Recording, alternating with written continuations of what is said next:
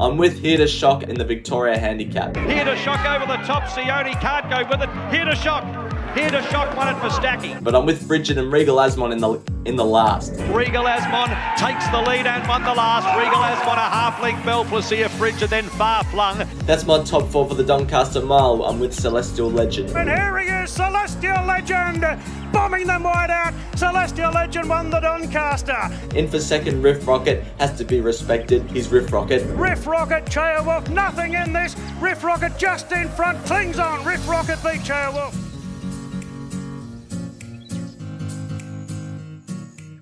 Hello everyone and welcome back to the channel. Racing heads to Bendigo this Saturday for Golden Mile Day, Bendigo Guineas Day, Gold Bracelet Day, whatever you want to call it. It's racing at Bendigo and, well, I finished in profit last week, which I was happy about through Here to Shock and Regal Asmon having units on those two horses. I've got my units spread out in this Bendigo meeting, so hopefully we can make profit again. And let's get on with the tips. The first race is a benchmark 78 over the 2,400 metres. Divis Romulus is the progressive, exciting favourite at currently $3.20 or $3.30, around that mark. Nishino Crescent is the second favourite at $8.50 and the only other runner in single figures. We're going to take a look at a replay from, I think it was over a month ago. It was featuring Marshall Eagle Harland and also Roaring Engine. Roaring Engine wins the race, but I think out of this race, the one I want to be following is Marshall Eagle. This horse carried more weight compared to Roaring Engine and Harland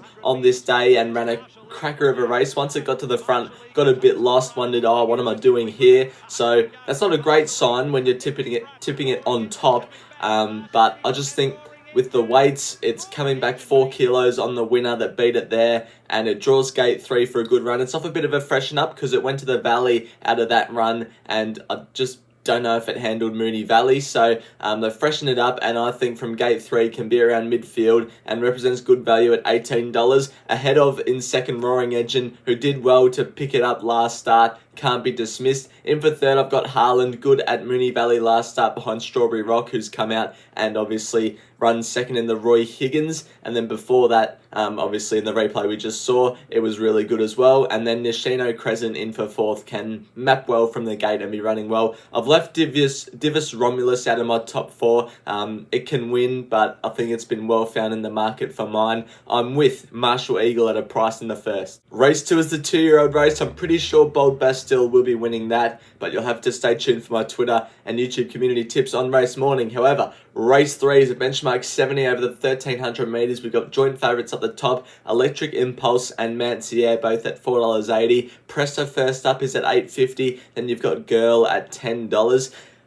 This was a last start run of Mancier and Angry Skies at Sandown. Mancier runs second, Angry Skies finishes in third, and I've got 0.5 units to win on Angry Skies on Saturday. I reckon he represents great value at the $14 compared to Mancier $4.80. Now Mancier beat him fair and square here, but on this day, Angry Skies was only first up compared to Mancier third up, and I thought Mancier got a heaps better transit in run than Angry Skies, and on Saturday, Mancier draws 11 and Angry Skies draws 9. I reckon Angry Skies gets a better map on Saturday and can turn the tables on Mancier, so I think Angry Skies represents good value at the $14. In for second, I've got Electric Impulse, is a progressive horse. First up, I don't see to be much of an issue. Ryan Houston claims 3 kilos, bringing it down, maps well from the gate. It's a good chance. Mancier, as I've already stated, a few things about it. Draws gate 11, so don't know where it gets to in terms of the map position, but it should be running well. And Presser could just blow them away first up. It looks like a really classy horse and should be getting to around off midfield, I think, from gate 10. That's my look at race 3, 0.5 units to win on Angry Skies. Race 4 is a benchmark 70 over the 1,600 metres. The import is the favourite for Kieran Maher, I should say. $4.60 for Golden State Warrior. Coco's Sun at $6.50. Tommy and Heel Rip, the third and fourth favourites. So we're going to take a look at a last start run, first up win of Coco's Sun. And I was very not surprised, but it was a ground-saving ride, got held up at the top part of the straight, and won very impressively and easily by a length and a half. I'm having 0.75 units to win on Coco's Sun. I reckon this is no fluke, and it's a classy horse. Last preparation, it ran in the VRC Oaks. It's coming off an Oaks campaign, so will that leave it a bit flat second up off such a dominant first up win? maybe, but I'm hoping it doesn't. Gets in with no weight compared to the rest of the field in this race as well. Jayla Kennedy claims the 3, bringing it down to 54.5. Jayla Kennedy's a really good apprentice, and I don't see her on board to be any query. Gate 14, maybe a slight query. We'll have to get further back than maybe Jayla would like, but I just think it's a really progressive horse, and it gets in with no weight, and I just think I'm with it. I'm confident, and I'm having 0.75 units to win on it. In for second, I've got Sunsource, who I thought was over the odds at $13. I think will improve with the run. Obviously, it ran behind Legacy's first up. Will improve with the run and draws a gate to be not trapped on the inside of horses in gate 12, so I think it can run well. The fourth emergency I've got as third pick, Hasseltoff, draws gate 3. Geordie Charles takes the ride, needs to get a run, but was a good run behind Titan of Choice and Sir Atlas last start at Caulfield. And in for fourth, New York Hurricane should be mapping well from the gate. Bumped into a smart one at Yarra Valley last start called Oh2 Good. That's my look at race 4. I'm with Coco Sun. Race 5 is a very interesting race. It's a 3-year-old handicap over the 1100 metres. We've got a very progressive horse that's the favourite. 2 from 2. Moby Dick is the $2 favourite as well. Extremely rowdy at $6.50. Then you got She's All Shenanigans at $7.50 and bigger odds the rest. We're taking a look at the last start replay of She's All Shenanigans. This was on Australian Cup Day behind Estriella down the straight, where it was first up, conceding race fitness to a few good horses. Like the only horses that beat it, 5 horses beat it home on this occasion. Estriella, Solitaire, Arkansas Kid, Stratton Angel. All those horses I'd say would start favourite in this race. So it's got beaten last start by some really good horses. And I just think from gate 8 on Saturday, a lot of speed's drawn outside of it, like our Crackle and Rosie, so it can come across without having to do too much work and settle in an on-speed position with cover. And I think we'll be in a more forward position than Moby Dick, have the map advantage over that horse, and represents great value compared to the horse that, well, has beaten up the country horses, and we don't really know what it's going to do at Saturday grade. So I'm with She's All Shenanigans, ahead of one at a price, Don't Hope Do. This horse, 2 starts ago, ran third behind Archo, Nacho and Mahaba. I think that's pretty good form. Gets in with the 51 kilos here for Ryan Houston. May have to do a bit of work from the gate, but I think is over the odds. Moby Dick in for third, could just blow them away. Gate 3, Jai McNeil, 54 kilos, will be running well. And then in for fourth, I've got Mount Olympus right down the bottom. In for fourth at a bit of a price. But I like She's All Shenanigans in race 5. Race 6 is a benchmark 84 over the 1100 metres. Gaza Blanca is the $4.40 favourite, coming down from Sydney ahead of End Assembly. Boldinho, the third favourite. This was a last start run of Gaza Blanca up there in Sydney. This was first up, I believe, at Kembla. It was a benchmark 94 over 1200 metres, settled in a non-speed position and ran a very good race running second. I just think this horse is the best horse in this race. Draws gate 6. I think it gets one of the best maps in the race. And for those 2 reasons, I've got it on top and I've got a unit on it. Also, I've got 0.25 units on Coles Ridge, who won this race first up 2 years ago on the same day at Bendigo. Is 2 years older, so might be a slight query there, but gets in with the 55 kilos, draws gate 9, will hopefully be around midfield or so, and I just think $19 is way too big of odds about that horse. So I'm having 1 unit on Gaza Blanca and 0.25 units on Coles Ridge. In for third, Red Hot Nick, always brings a good form, gets in with the 56 kilos, draws gate 13, can run well first up. And then in for fourth, I've got Semyon. I think will be better for the run first up and can improve second up with Geordie Childs in the saddle. But I like Gaza Blanca ahead of Coles Ridge in race 6. It's that time of the week. It's last man standing. We've had little change since last week, but a change from first to second and second to first. Sammy is now on top and by fair way now ahead of Sky High Horse Racing. Those are the only 2 players in the green. I had my last man standing last week on Zardozi, and I kind of forgot that it got scratched, and I didn't have a replacement, so I got a $100 deduction for that. So I'm now way down in the red, and I need to get a wriggle on. This is what we're doing this week. Sammy is going to have a $100 place bet on Roll On High at Bendigo, race 8.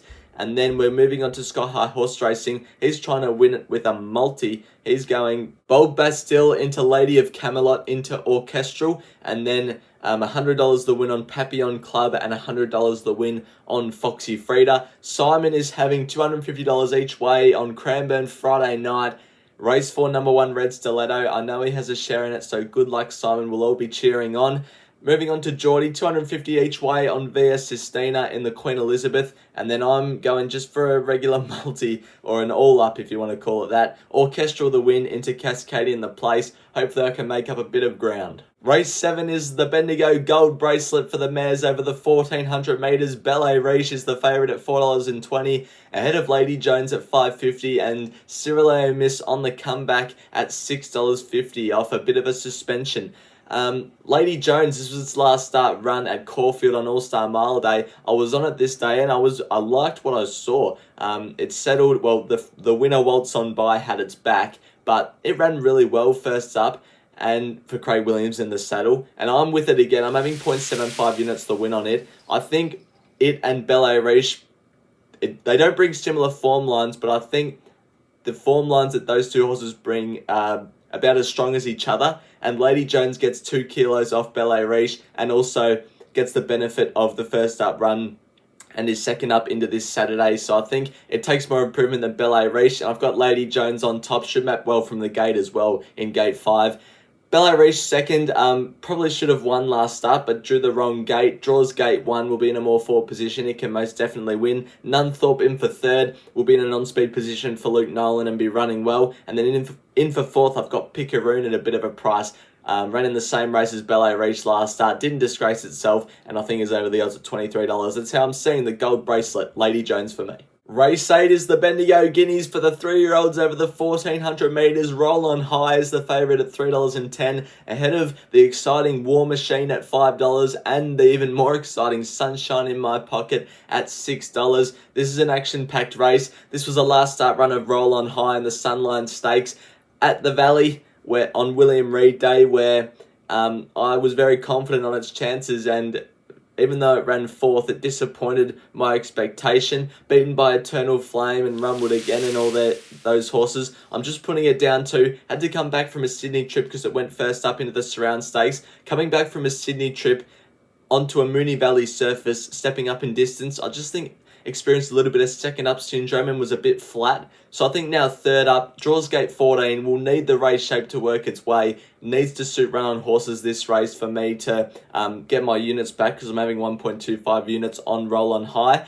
Yeah, I just think it's the best horse in the race, and hopefully that shines through on Saturday. In for second, I've got Some People Call Me for the Kieran Maher team. Should map well from gate 7 as a last start winner. I think is over the odds. Wolfie, I've got him for third.